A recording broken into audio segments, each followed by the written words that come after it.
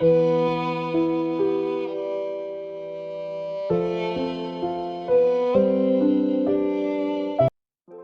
rain fell softly. Water flowed between the cracks of the broken asphalt and the clogged drains. The streetlights flickered. In a stuffy and dirty alley corner, a small black kitten sat huddled. His body trembled, his fur was soaking wet, and his eyes were large and full of wounds. His name is Aiko. He doesn't know who his mother is. He doesn't know why he's always alone. The only thing he knows, the world never may. Give it a place. Aiko stared blankly at the busy street, but no one looked at her. Cars passed. People walked quickly, umbrellas in hand, without glancing back. Aiko tried to step closer to a warmly lit bakery, but an old man with a broom chased him away. "Go away, dirty cat!" Aiko retreated, slipped, then ran behind a pile and cardboard. His breath was heavy.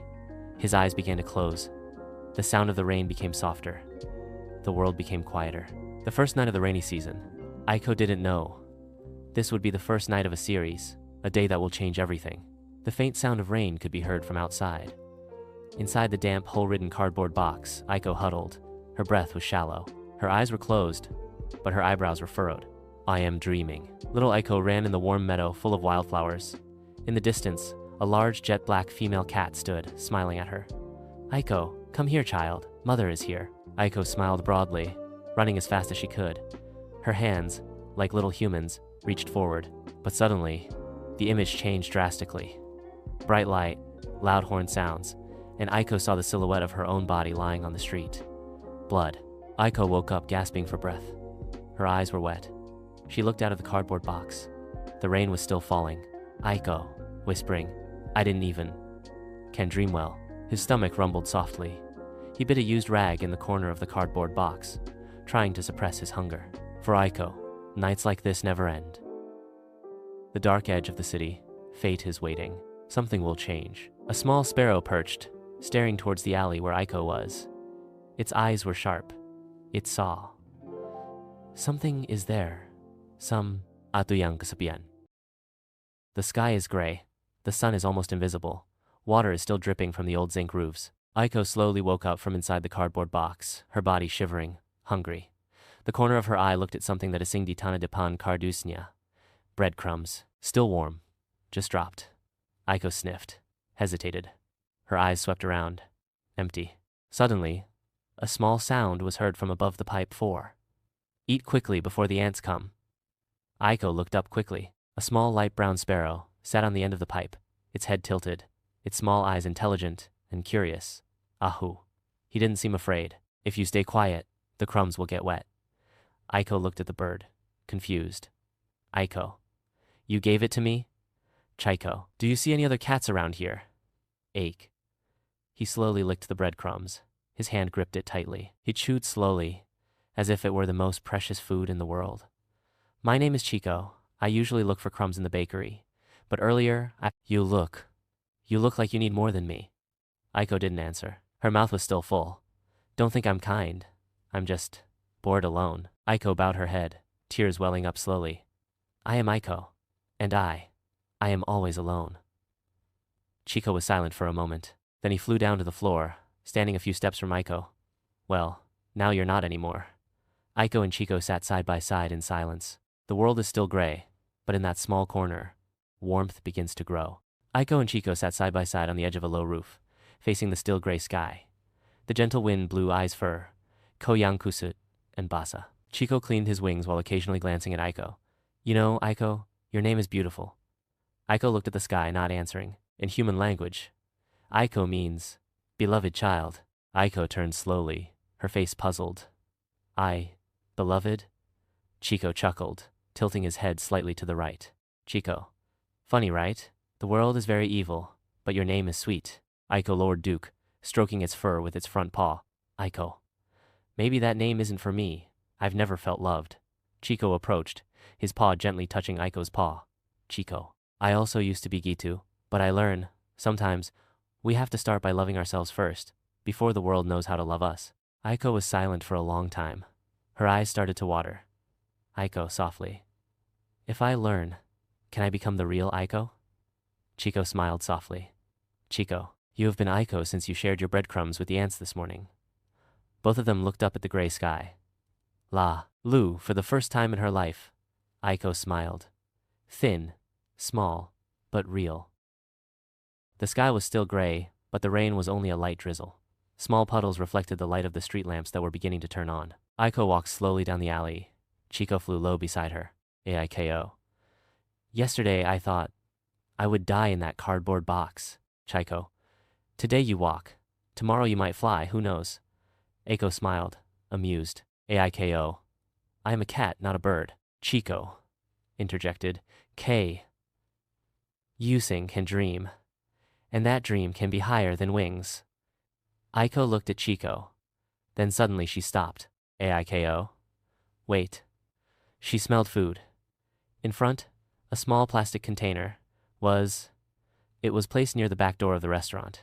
Inside, there was leftover salted fish. Aiko stepped slowly, cautiously. But the sound from inside the restaurant made her retreat. A big chef opened the door, and Eng bekas kutsien. Aiko almost got splashed. Big cook. Go away, stray cat! Chico immediately flew up and chirped loudly from above. Chico. Hey, fat human. Your food is more rotten than your face. Akamu. Koki looked up, confused, then grumbled, and went back inside. Aiko was stunned. Then, she giggled, softly, surprised by her own voice. Aiko, softly. I'm laughing. Chico, coming down again. Soundy. Good. Do it again. Aiko. I even forgot what laughter feels like. Chico. Let's study together. Learn to laugh. And learn to live. Aiko eats salted fish slowly. In her eyes there is a light of ill, like a candle newly lit in a dark room. Sometimes, all it takes is one voice, one laugh, one first friend. A drizzle still falls. Shop lights reflect on the wet asphalt. Ache. Oda and Chico walk down the narrow alley towards their usual sleeping place. Suddenly. Help. Cold. Aiko stopped. Her ears perked up. Chico immediately went down to Aiko's shoulder. Chico softly. Kay. Did you hear that too?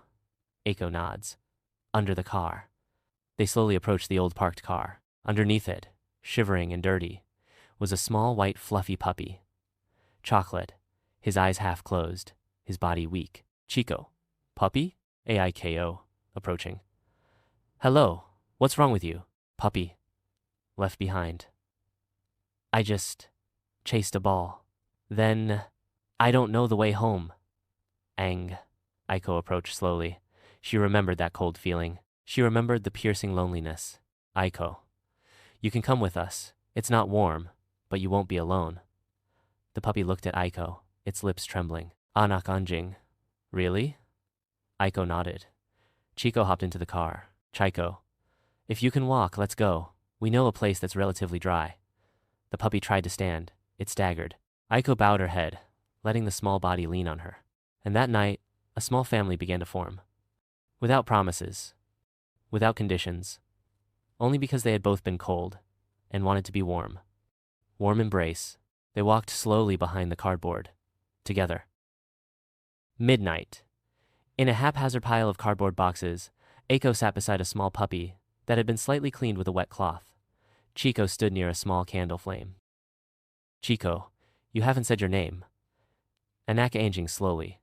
I don't have a name. Chico turned quickly. Chico. Seriously? Even the cockroaches next door have names. Aiko thought for a moment, then arranged pea-brown eyes of the gentle puppy. Chico. Then, I'll give you a name. The puppy looked at her. Aiko. Continued. Your name, Milo, because when you said, I'm lost, your voice, K. Ayak Milu. Chico laughed softly. Chico. That's silly, but sweet. Milo bowed shyly, but his tail moved slightly. Milo. Softly. Milo, I like. Aiko smiled, her small hand in stroking Milo's head, gently. Luna. Welcome, Milo. Now you are part of us. Luna. I am the head of security. Aiko is the warm hug. You? The sleeping and drooling part? Milo chuckled, then yawned and rested his head on Aiko's body. Aiko didn't move, letting the warmth stay. 3 small creatures, a black cat, a puppy, and a sparrow, slept. You are side by side on a silent night. Outside, the city remains cruel. But here, there is a small miracle. The market sounds begin to come alive, the creaking of cartwheels, the cries of vendors, the smell of fish and vegetables mixing. Aiko, Milo, and Chico moved together. The sun appeared slightly behind the clouds, for the first time since those gray days. Chico, flying low. Busy market means lots of leftovers. Milo, looking, dos and dos. I smell fried chicken. Aiko. Be careful. There are many human legs there. They slipped behind a pile of vegetable crates. Suddenly, the sound of a small bell rang. Everyone was silent. At the end, suddenly, an orange kitten figure appeared with a red ribbon and a small bell around its neck. Its eyes were bright, its gait light. Chico, whispering. Be careful. Spoiled cats usually bring trouble. But Aiko staring at the figure without fear. The orange kitten looked at them, then smiled. Orange kitten. Hello. Aiko. Softly. Hello, orange kitten. I heard laughter yesterday. From this direction. That's... meow? Aiko bowed her head, shyly. Aiko, maybe. Kitten. I like that sound. My name is Luna. Do you live here? Milo barked softly, enthusiastically. Milo. We live in a cardboard box, but at house too. Luna laughed, sitting near them. Luna. In that case, may I play at your house? Chico was surprised. Chico. Aren't you disgusted by the dirt, rats, and smelly dogs? Luna approached Milo. Sniffed, softly. Luna. The dog is cute. The bird is noisy. The black cat is sweet. Aiko turned quickly, her face flushed. Aiko. Me? Me? Luna, smiling. Yes, you. And from the sound of a bell, with that small thing, Aiko's days began to be colorful. She didn't yet know that affection could also come from light footsteps that... Aiko, a small jet black cat with sad round eyes, sat in the middle. Luna carried something in her mouth, a piece of colorful chalk. Luna, happily. I took it from the school garden. The human children dropped this. Milo, curiously. Chico. No, but it can make your cardboard wall into an art gallery. Luna started to scribble on the cardboard wall. Simple shapes. A picture of the sun, flowers, and 4 small animals standing side by side. Luna. This Kita. Look, I drew you a little chubby, Milo. Milo laughed heartily, wagging his tail. Milo. Indeed chubby, he said it's funny. Aiko looked at the picture. Slowly, she took a blue chalk with kaka. Arnyayang mungil and draws a small heart in the corner of the wall. Aiko, softly. I've never drawn anything before. Luna, gently. Now you can, because you already have a story. Chico had a picture of large wings behind Aiko's picture. Chico. So you can fly, even though the picture is still bad. Everyone laughed, including Aiko, the little black cat. This time her laughter was full, not slow, not restrained. Aiko. I like this place, you guys. For the first time, the cardboard box is not just a shelter, but a home, with color, with laughter, with a feeling that can't be is depicted, besides love. The sky began to turn orange. People hurried home. In a corner of the sidewalk, an old street musician played an acoustic guitar. The tune was soft and touching. Near Aiko, a small jet black cat with a tiny body and big eyes, sat in a row with Milo, Luna, and Chico. Milo lay down with his head on Luna's lap. Chico stood on Ai's shoulder. Kai, Pangamentua, singing softly. Though your path is lonely, you still walk. Though your body is wounded, you still persevere. The song echoed in Aiko's chest. She looked at the old man, then bowed her head. Chico turned to her. Chico, softly. Are you crying? Aiko, trembling voice. Not because of sadness, but I don't know. It feels warm and painful at the same time.